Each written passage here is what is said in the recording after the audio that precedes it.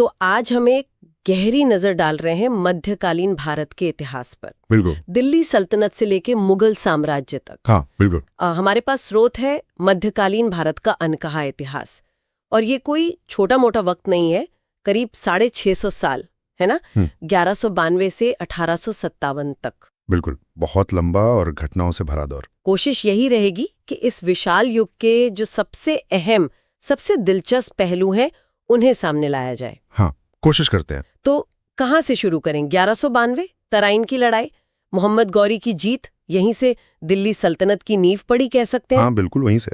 और इसके बाद फिर वो सिलसिला शुरू होता है 5 राजवंशों का। 5 राजवंश, मामलुक यानी गुलाम वंश, फिर खिलजी, तुगलक, सैयद और लोदी। और ये सिर्फ राजाओं का बदलना नहीं था। आप देखें तो शहर बने, शासन के नए तरीके आए, कल्चर बदला, मतलब एक पूरा नया ढांचा तैयार हो रहा था। अच्छा, मामलुक वंश में कुतुबुद्दीन ऐबक का नाम तो कुतुब मीनार से जुड़ा ही है। हाँ वो तो है, पर रजिया सुल्ताना, वो कहानी मुझे हमेशा ज्यादा ध्यान खींचती है।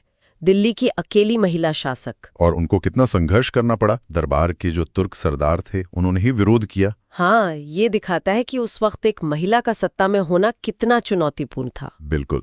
फिर खिलजी वंश आया और उसमें अलाउद्दीन खिलजी। हाँ, अलाउद्दीन खिलजी, उनके सैन्य अभियान तो थे ही, जैसे दक्कन तक। हाँ वो तो थे, लेकिन उनकी असली पहचान शायद उनके आर्थिक सुधारों से ज्यादा है, वो बाजार नियंत्रण वाली नीति। अच्छा, वो क्यों इतनी खास थी?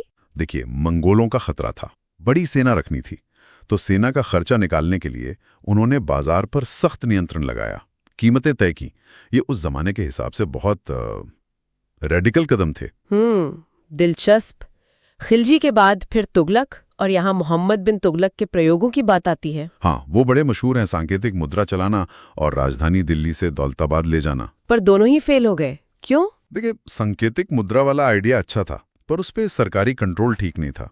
बहुत सारे जाली सिक्के बन गए, अर्थव्यवस्था एकदम बिगड़ गई। अच्छा। और राजधानी बदलना, वो भी बिना पूरी तैयारी के कर दिया गया। लोगों को जबरदस्ती भेजा गया, बहुत परेशानी हुई।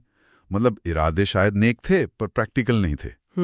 जबकि उन्हीं के बाद फिरोज शाह तुगलक आए, उन्होंने नहरें बनवाने, पुरानी इमारतों की मरम्मत पर ध्यान दिया, ज्यादा जमीनी काम। हाँ, एक ही वंश में कितना फर्क है सोच में। बिल्कुल। और फिर सल्तनत का अंत, लोधी वंश के आखिरी सुल्तान इब्राहिम लोदी, 1526, पानीपत की पहली लड़ाई। हाँ, और यहीं एंट्री होती है बाबर की, और यहीं से मुगल साम्राज्य का आगाज। बाबर की जीत का बड़ा कारण वो तोपखाना और बारूद का इस्तेमाल माना जाता है ना? हाँ, उसने युद्ध का तरीका बदल दिया। बाबर ने नींव रखी, फिर हुमायूं आए, बीच में शेरशाह सूरी का दौर भी आया। शेरशाह सूरी, उनका जिक्र जरूरी है, भले ही कम समय के लिए रहे। बहुत जरूरी। वो ग्रैंड ट्रंक रोड और रुपया जो आज भी चलता है, वो उन्हीं की देन है।